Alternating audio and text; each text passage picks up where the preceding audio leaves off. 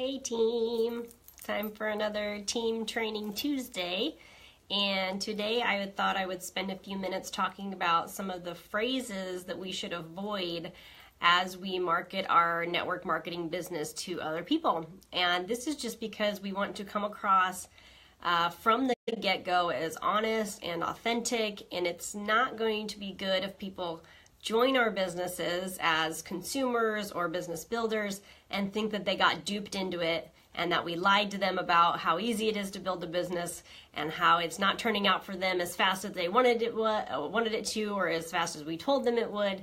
So we need to be very careful to not influence people in a way that's incorrect and dishonest, and a way that we obviously don't want to be talking about our businesses.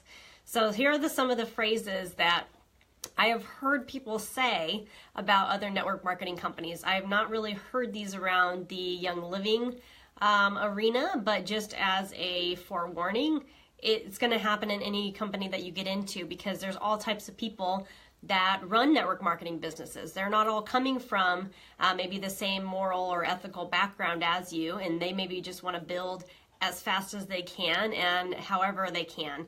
So these are some of the phrases, and you might be familiar with these already, and maybe you've heard these in the past from other companies getting you to join them. And I'll tell you, then we'll try to kind of flesh out why these are problematic and why we should avoid these. So these phrases do not describe network marketing. Oh, don't worry about it. It's a turnkey system. We'll kind of just plug you in and you can just grow from there. The system or the company will do the work for you. I'll kind of run down these and then kind of flesh a few of them out. Your downline will build itself, no problem. Or I'll build your downline for you. Maybe that one's a little more grievous even. Just buy the products and you'll earn a paycheck. Or the last one I have here, you don't have to sell anything. So some of these might not seem like a big deal, but I'll kind of go over the reasons for why I would definitely avoid these when you're talking to somebody about the business aspect of Young Living. So if you're talking about the system of the company doing the work for you, that's actually just a flat out lie, because there are things in place, obviously, that we have through our support systems, through our upline, through Young Living itself, all the materials that they give us, that it's in place. There's a system in place. There's a natural way to do this that's going to be easier than some other ways, but it's not going to do the work for you. You have to get in and you have to be determined that you want to grow your business, and nobody else is doing the work for you besides you. Not even your crossline, your downline, your upline. And if you're coming into this and thinking that other people should do the work for you, then you are completely in the wrong business. Network marketing is not for you, and that's okay. Maybe you just need to move on. But you shouldn't ever be telling other people either that you're going to do the work for them, or the whole system or the company will do the work for them and build their businesses and help them earn a magnificent paycheck, because that's just not true.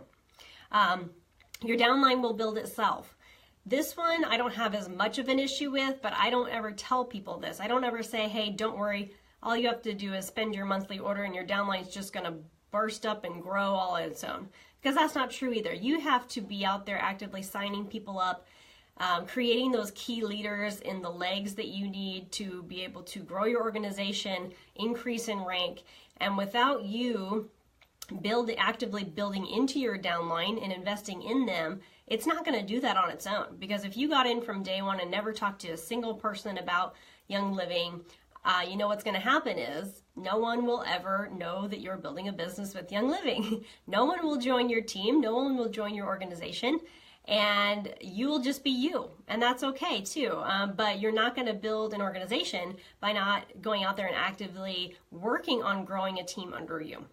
So I never tell people that their downline will build themselves. Even when you get to the tippy top in the company, you shouldn't ever just assume that your organization's going to do the work for you, because that's not the right mentality that you should have in network marketing as a leader.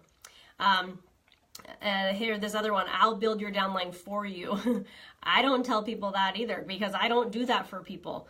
I have my own people to put in strategic places. I have my own leaders to plug into my organization where I think they're needed. But I don't ever tell anyone that they just need to sign up, I'll do all the work for them, and I will build their business for them. Because why would I be doing that? I would be doing my job on top of their job. And that's not fair to either of us. It's certainly not fair to me as a leader who's trying to grow and increase her skill set. But it's certainly not fair to just throwing a bunch of people under somebody and saying, hey, look, here you go. Good job, you made it to silver, but it really wasn't on any of their own merit. And there's really no pride in that once you reach a rank that you didn't actually work for. So I don't build people's downlines for them, and I certainly don't tell people I would do that for them ever at all either, because that's not how I operate my business. The next one here, just buy the products and you'll earn a paycheck.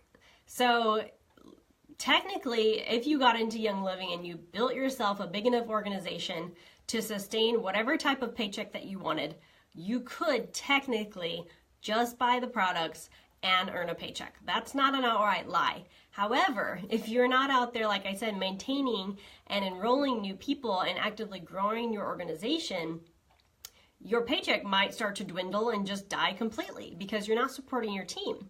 So while that's technically true, at a certain point you could just buy the products and earn a paycheck. That's not the way we want to go about operating our businesses, because you should be looking at your Young Living business as if it's your own store. So if you had a brick and mortar store and you said, hey, I'm beyond the leave, come to my store, buy my essential oils, my supplements, my baby care, all my bath and body, and you had everything loaded on your shelves and you were selling at retail, you would never just assume that you could open your doors and people would come in and buy the products. And that's how you earn your money. You have to be out there busting your booty, marketing yourself, marketing your services, talking to people about why your store is so great. Why should they come to Beyond the Leaf instead of Joe Schmo down the street who sells the same products or a competing line of products? You need to be actively talking to people if you want to keep your doors open and earn a paycheck in a brick and mortar.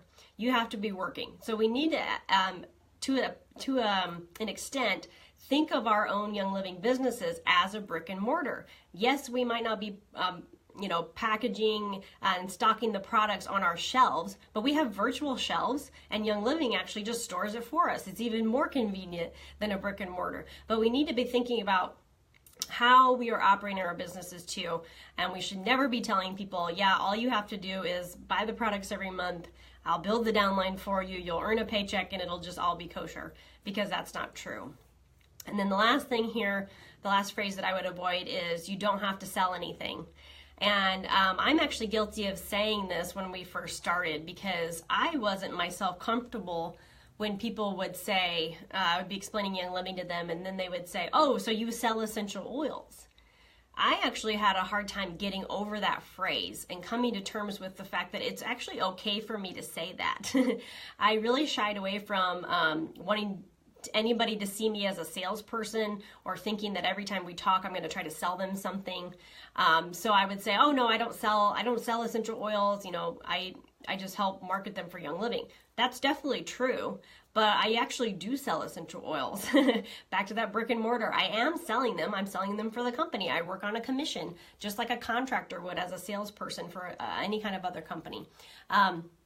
So I never tell people anymore that they don't have to sell anything, because they do. Whether or not you want to say that you're selling the product, what you are selling is a lifestyle. The Young Living lifestyle is more than just selling the product. It's selling health and wellness. It's selling the financial aspect of it, of the business. And it's, again, selling the abundance, the whole motto that Young Living has, wellness, purpose, and abundance.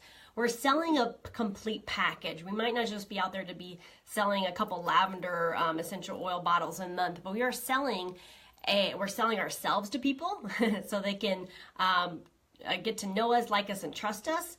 We're also selling the package of what it means to be a Young Living member, and we're selling the opportunity of what it means to get into this as a business. So I never anymore tell people that they don't have to sell anything, because they technically do. And we don't want to be dishonest in the fact that, yes, you're out there selling premium starter kits.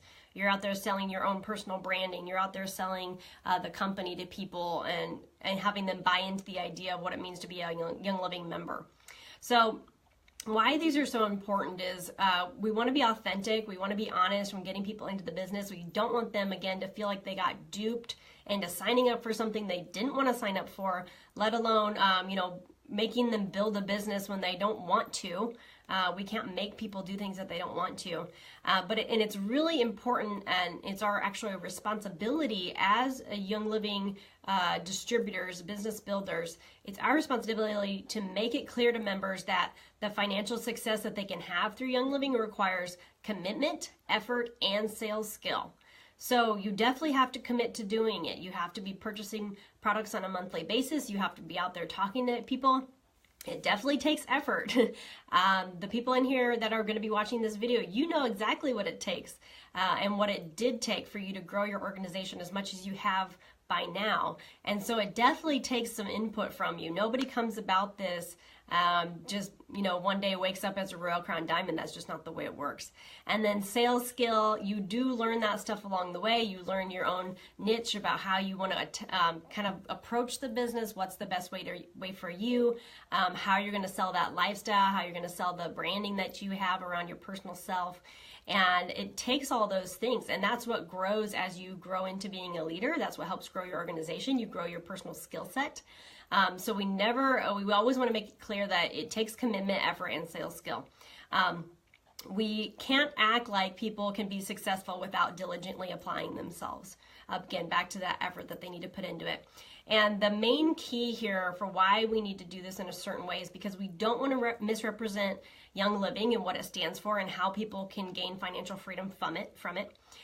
Because what that does is a couple different things. It hurts your personal reputation, because if you told somebody, hey, just get in, make a monthly order, I'll build your business for you, and then you failed to do that, or you didn't build them as fast as they were expecting, or you just yourself maybe quit the business, you lied to that person. You didn't help them reach all the dreams that they had for their business. So it's hurting your personal reputation, burning bridges with people that you shouldn't be burning. And bigger than that as well, if we misrepresent Young Living or our compensation plan or how much we can earn or how much effort that it takes, it also hurts the reputation of network marketing as an industry as a whole. And that's not good. We already have such a bad rap from people that have created schemes over the years that were actually illegal. And as we know, as network marketing professionals, network marketing is totally kosher. It's all good, but we have such a hard time of getting past people's stigmas of what we're already doing. So we don't want to make that worse. We want to represent our businesses as authentic and honest, and tell people what it takes to get there and how hard we've worked to get there as well. Because it's only up to us how much skill and effort we put into your business and how big our businesses are going to grow based on that. So those are just my thoughts tonight on phrases to avoid and why that's really important as you're representing the business to potential business builders and also the people that you're selling to. So I'll see you guys all again next week for another Team Training Tuesday. Bye.